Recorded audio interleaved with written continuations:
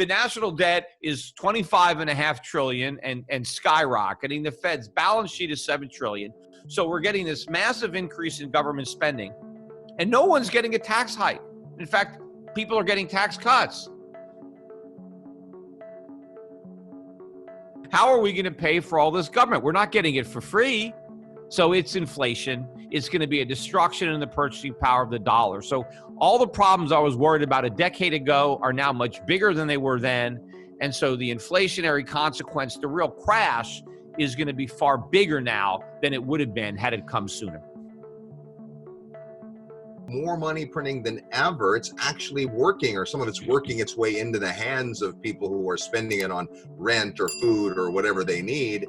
Where does that all show up eventually? I know you have opinions on gold, on the dollar. What do you think this looks like in a year or two? Well, it is going to show up in consumer prices in a big, big way. Because, there are two things that are going on now in the economy. On the supply side, we're having a reduction in supply, right? Because if fewer people are working, well, they're not producing products that they produced in the past. They're not providing services that they were out there providing in the past. So the supply of stuff is going down, right?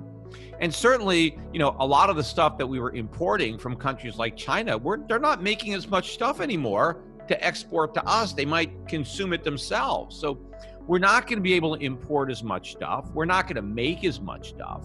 So there's less stuff.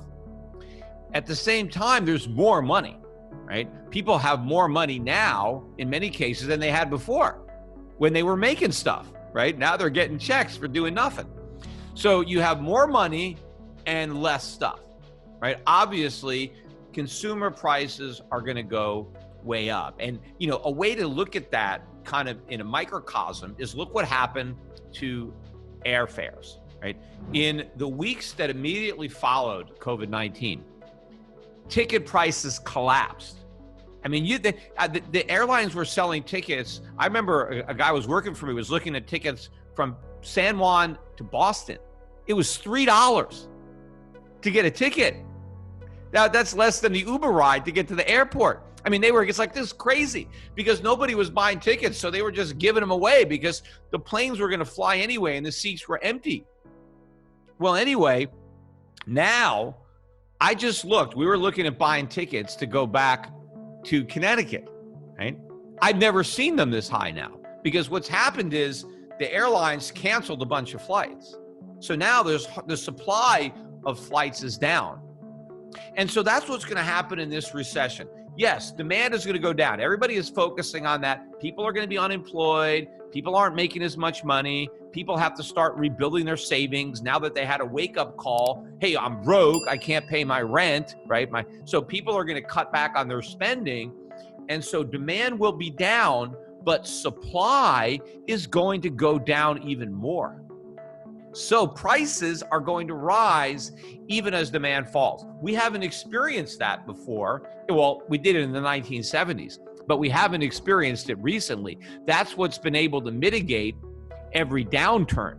Now, as far as the finance is concerned, see, I think this is the straw that breaks the camel's back for the dollar. That the reason we were able to get away with these monetary mistakes in the past was because the dollar survived as the reserve currency. And it's still surviving today. That's why we've been able to print trillions and trillions this year, and we haven't seen the dollar tank. But I think we're going to, cross the line, right, on how much debt the world is willing to allow and continue to accept the dollar as the reserve. See, the problem is you don't know where that line is until you've crossed it, right?